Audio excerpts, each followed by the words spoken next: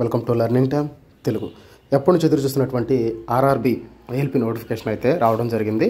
So మొత్తం vacancies కనుక చూసుకుంటే మనకి ఈ అప్లికేషన్స్ వచ్చేసరికి డేట్ ఆఫ్ ఎనిటివ్ నోటీస్ ఇన్ ఎంప్లాయీస్ నోటీస్ అదే మనకి మార్చి 29వ తారీఖున అయితే నోటీస్ అయితే రావడం జరిగింది కదా. నెక్స్ట్ ఏఎల్పి నోటిఫికేషన్ వస్తుందని చెప్పేసరి సో దానికి సంబంధించింది opening date of online application submission వచ్చేసరికి ఏప్రిల్ 12 అంటే రేపటి నుంచి అప్లికేషన్ అయితే పెట్టుకునే అవకాశం అయితే ఉంది. అలాగే డేట్ ఆఫ్ క్లోజింగ్ వచ్చేసరికి మే 11వ తారీఖు 23:59 అంటే మిడ్ నైట్ వరకు మనకు అప్లికేషన్ పెట్టుకునే అవకాశం వస్తుంది. Late date for application fee payment for submission application అంటే 11వ తారీఖు లోపు అప్లికేషన్ పూర్తయిన అప్లికేషన్ని 13వ తారీఖు నైట్ మిడ్ నైట్ వరకు కూడా పేమెంట్ చేసుకునే వెసులుబాటు అయితే దీంట్లో అయితే ఉందన్నమాట. అలాగే dates for modification window for corrections. So కరెక్షన్కి సంబంధించినటువంటిది మే 14వ తారీఖు నుంచి మే 23వ తారీఖు వరకు అంటే 10 రోజులు అయితే అవకాశం అయితే ఇవ్వడం జరుగుతుంది.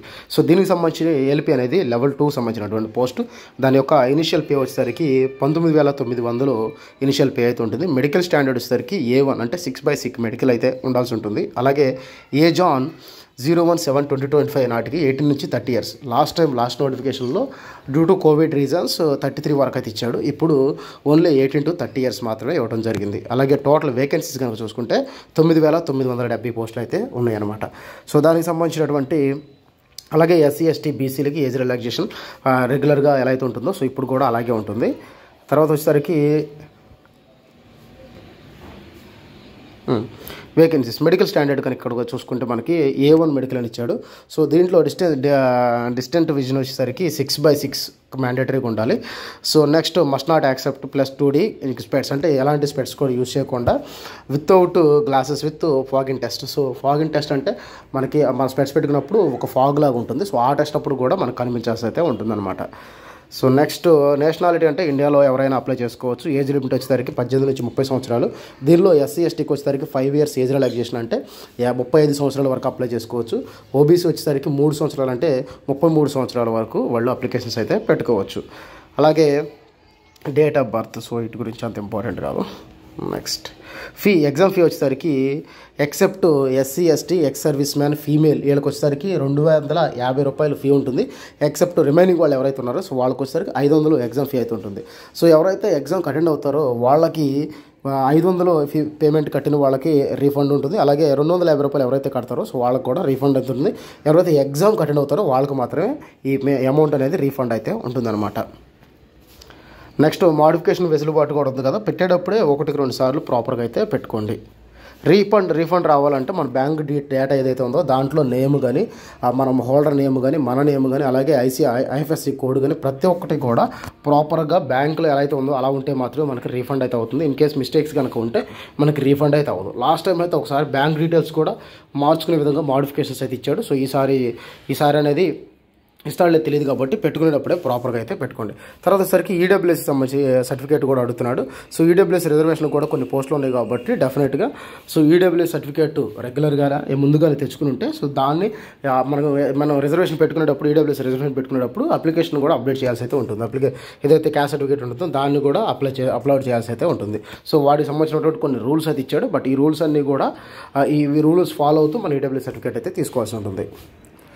హారిజాంటల్ రిజర్వేషన్ వీటి గురించి సపరేట్ చెప్దాం.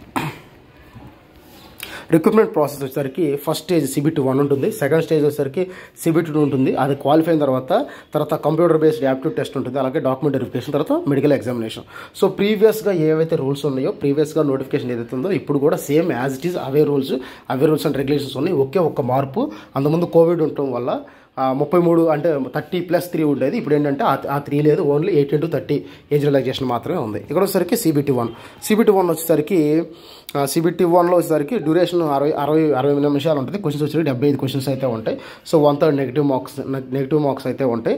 సో 75 క్వశ్చన్లు 60 నిమిషాల్లో రాయాల్సి ఉంటుంది. ఇక్కడ ఎవరైతే క్వాలిఫై అవుతారో ఆ క్వాలిఫై అయిన వాళ్ళని అప్పుడు మనకి ఈ CBT 2కి అయితే క్వాలిఫై చేయడం జరుగుతుంది. సో దానికి కూడా టాపిక్ వైజ్గా సిలబస్ అయితే ఇవ్వడం జరిగింది. సో CBT 2కి వచ్చేసరికి CBT 1 ఎవరైతే క్వాలిఫై అయ్యారో వాళ్ళ నుంచి CBT 2కి అయితే తీసుకోవడం జరుగుతుంది. CBT 2 తీసుకున్న దానిలో CBT వచ్చేసరికి మొత్తం టైం వచ్చేసరికి 90 నిమిషాల టైం ఉంటుంది, 100 క్వశ్చన్స్ అయితే ఉంటాయి.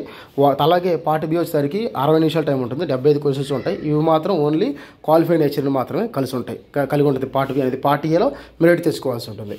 అలాగే ఈ మెరిట్ తెచ్చుకున్న స్కోర్లో నుంచి 70% మార్క్స్ని ఫైనల్ సెలక్షన్కి తీసుకుంటారు. అలాగే మిగిలిన 30% ఏదైతే ఉందో ఆ 30%ని సైకోమెట్రిక్ టెస్ట్ ఏదైతే ఉందో సైకోమెట్రిక్ టెస్ట్ నుంచి అయితే తీసుకోవడం అయితే జరుగుతుంది. సో అది పార్ట్ బికి సంబంధించిన సిలబస్ కూడా టాపిక్ వైజ్గా సిలబస్ అయితే ఇవ్వడం జరిగింది. సో కంప్యూటర్ బేస్డ్ యాప్టిట్యూడ్ టెస్ట్లో ఏదైతే మార్క్స్ ఉంటుందో దాంట్లో వచ్చేసరికి 30% మార్క్స్ని మనకి ఫైనల్ వెయిటేజ్గా అయితే తీసుకురావడం జరుగుతుంది. ఇక్కడ క్వాలిఫై అయిన వాళ్ళకి డాక్యుమెంట్ వెరిఫికేషన్ పిలుస్తారు. డాక్యుమెంట్ వెరిఫికేషన్ అయిపోయిన తర్వాత A1 మెడికల్ అయితే ఉంటుంది. సో ఇది ALPకి సంబంధించినటువంటి క్లుప్తంగా నోటిఫికేషన్ సంబంధించి ప్రతి ఒక్కటి అండ్ మెడికల్ స్టాండర్డ్స్ ఎలా ఉంటుంది, బుక్స్ ఏం కావాలి, ఇవన్నీ ఇండివిజువల్గా మంచి ఒక వీడియో చేసి నేను మీకైతే అప్లోడ్ చేస్తాను. ఇది ఈరోజు ALP నోటిఫికేషన్ సంబంధించినటువంటి అప్డేట్. ఇలాంటి రెగ్యులర్ అప్డేట్స్ కోసం, జెన్యూన్ ఇన్ఫర్మేషన్ కోసం మా ఛానల్ అయితే సబ్స్క్రైబ్ చేసుకోండి. Thank you for watching.